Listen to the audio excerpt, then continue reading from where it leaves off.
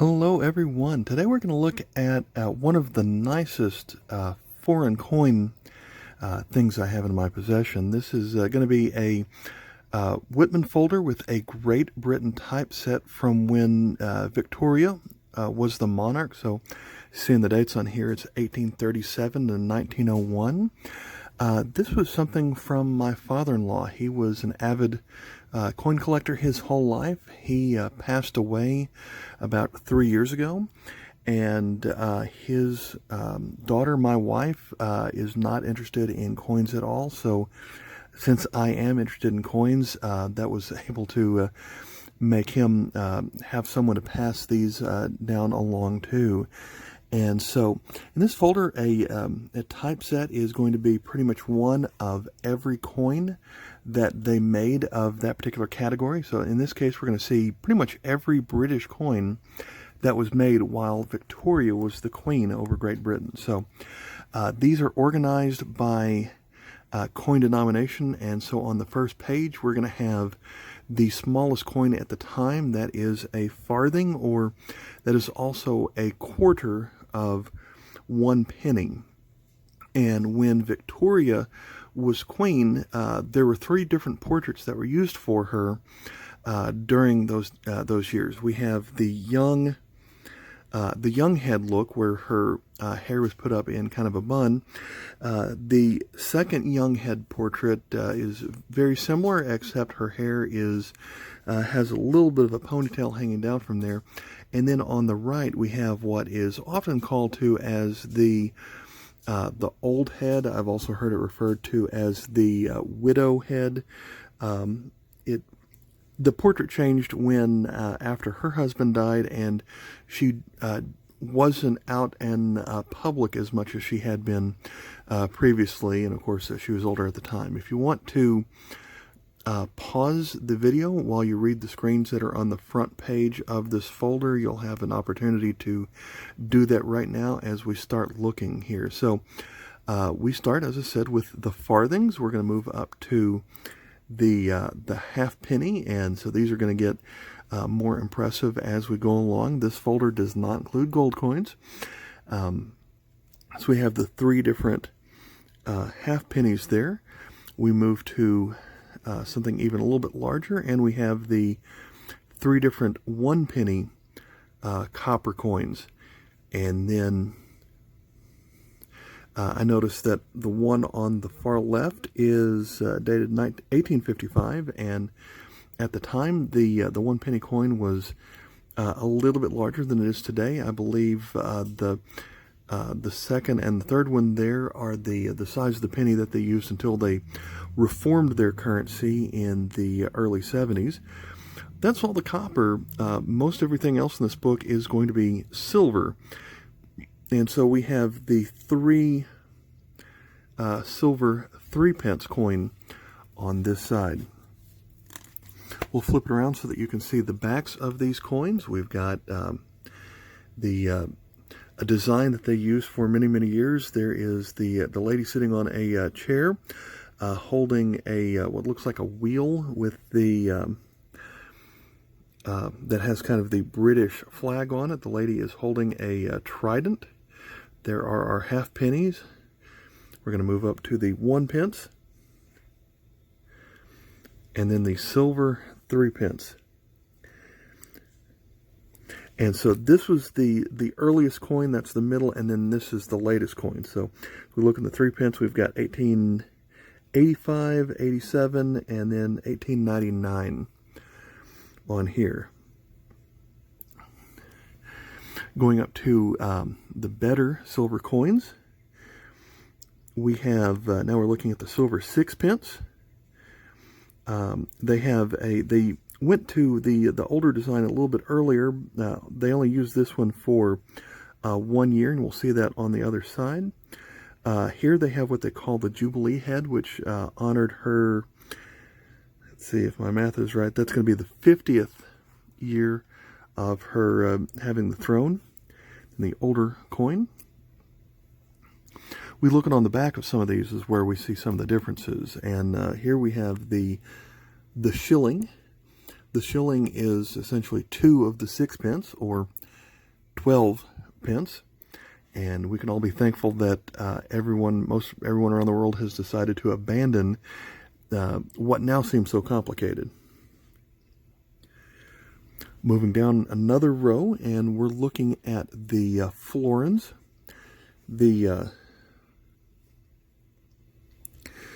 I'll have to check the other side why this one is called the Godless version, but this one, I like this one, how it has a Gothic, what I would call a font written on this one. We'll check that out when we get to the other side also. So a florin is worth 2 shillings, or otherwise known as 24 pence.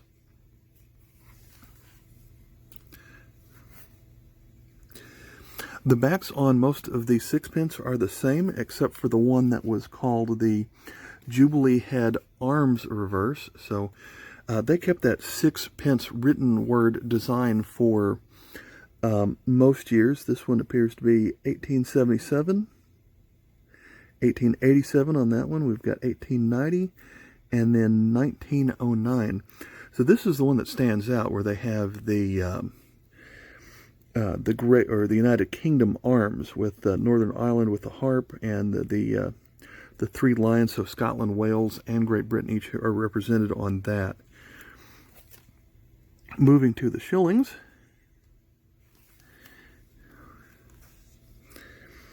This one was kind of boring because all it says is 1 shilling. That one is dated 1885. 1887 on this one. 1890, and then for the furthest one here is 1896. As we move to the backs of the florins, we've got, this one is the one that was called the Godless florin. I see that this one is also labeled as 1/10 of a pound. Here we have the, what was that one called? That one's called the Gothic florin, and again has what I consider the most interesting back on all of them. The 1887 florin, and then 1899. Moving on to the next one, we have the silver half crowns. So we've got the young head dated 1850. Here is the Jubilee head, and then the old head. The a half crown would either be 2.5 shillings, or that would be 30 pence. And so as you see, these coins continue to get larger as the silver content was supposed to be equal to the value of the coin. Moving to the next row, we have the silver double florin, which was only produced for 4 years, and so that would be the same as 4 shillings, where these up here would have been 2.5 shillings. So that coin must not have been very popular because they did not continue with it. Then we're going to go to the crowns. The crown is quite a nice coin. This one is dated 1847, and so a crown is going to be 5 shillings, or I guess that's going to be 60 pence. We are missing one here. It's the very expensive Gothic crown, and I think that one was going for about $600 on YouTube, so I do not plan on filling in that one anytime soon. But we've got the Jubilee head and the old head. And as we flip this one over, we go back to the half crowns again. This one was dated 1887, and the one over here is 1897. So we look at the double shilling. That one is 1887. Here is the reverse of our first crown.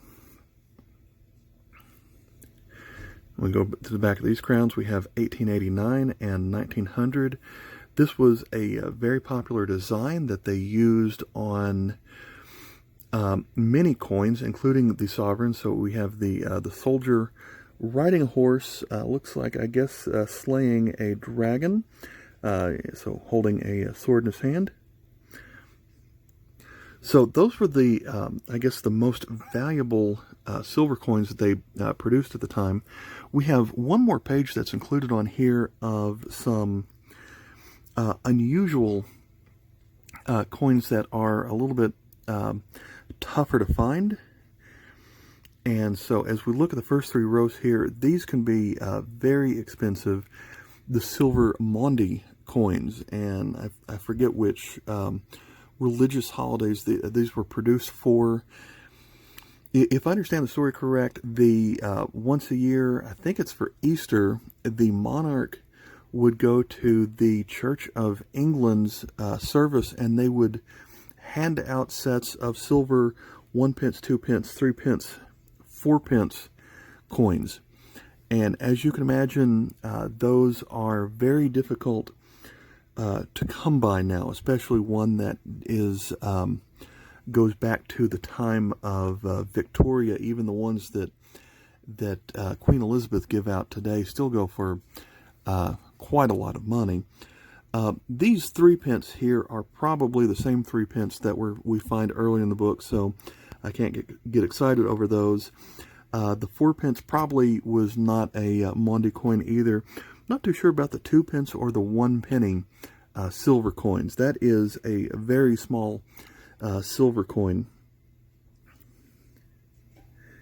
This one appears to be dated 1838, and I see 1873 on this one. And as you can see, we can't fill in any of the other coins on here.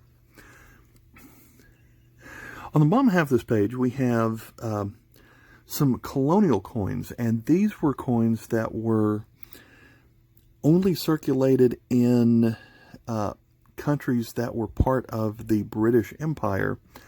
They do not say the name of the country anywhere on them, but if you have one, they were not intended for use in Great Britain. They were legal tender there, but they were specifically minted to be used in other countries. And that's where we start with a quarter farthing dated 1839 for Ceylon, which is now Sri Lanka. And so with that copper coin, a farthing was already 1/4 of a penny. So we should be thankful they didn't call this 1/16 of a penny.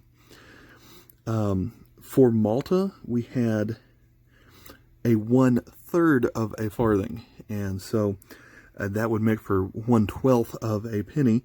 We've got the one from 1844, and this one is dated 1868. Next, we have the half farthing, dated 1844, also intended for Ceylon. Of all these unusual coins that are on the last page, this one might be my favorite. It is a 1.5 pence, or it has the number 1.5 written on the back. But why would they make a coin like that? Well, the better way to think about it is a half 3 pence, or saying in a way that sounds more confusing, it is a 3 halfpence. So. Again, a silver coin, so it's not as tiny as the 1 penny we saw earlier, but a little bit smaller than the 2 pence that was on the top row. And then we also have a couple of 4 pence coins that were only intended to be circulated in Guyana. And so that's why I believe that the 4 pence that was up here was nothing special, because it was probably one of these. And I have purchased one of these before, and it took me forever to find out what it was, because it only says Great Britain on it, but it wasn't listed in my catalog for being from Britain. As we turn these around, we will see the top row has all of the youngest design. The second row, we have the Jubilee head, and then the old design there on the last row. As we go back to the quarter farthing, the 1/3 of a farthing, and the half farthing. Then we have the 3 halfpence and the 4pence. On the back page here, we just have a listing of other coins that you can get in a Whitman folder series. So I hope you enjoyed looking at this collection of Victoria coins. My father-in-law didn't just go out and buy these as quickly as he can. This was years of work putting this together. I am so glad that he did not sell it off. He had a tendency to spend several years putting together a set, and then when he completed it, the fun was gone. He had fun putting it together. He had no reason to hold on to it.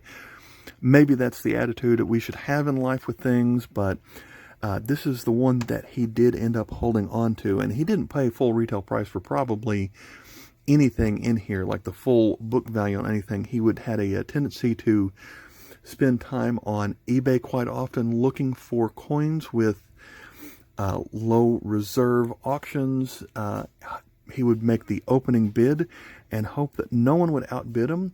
Most of the time someone would, but on occasion he would win the auction at a low opening bid. So he might get a $100 coin for $12 because no one else was looking to purchase it at that time. So, and of course, a lot of these coins have gone up in value since he originally purchased them perhaps 10 or 15 years ago. So, I sure hope you like this. If you like this kind of content, let me know. Hit the like and subscribe, and just let me know if you want to see coins from any particular country that I have personally accumulated, and we can see what we've got.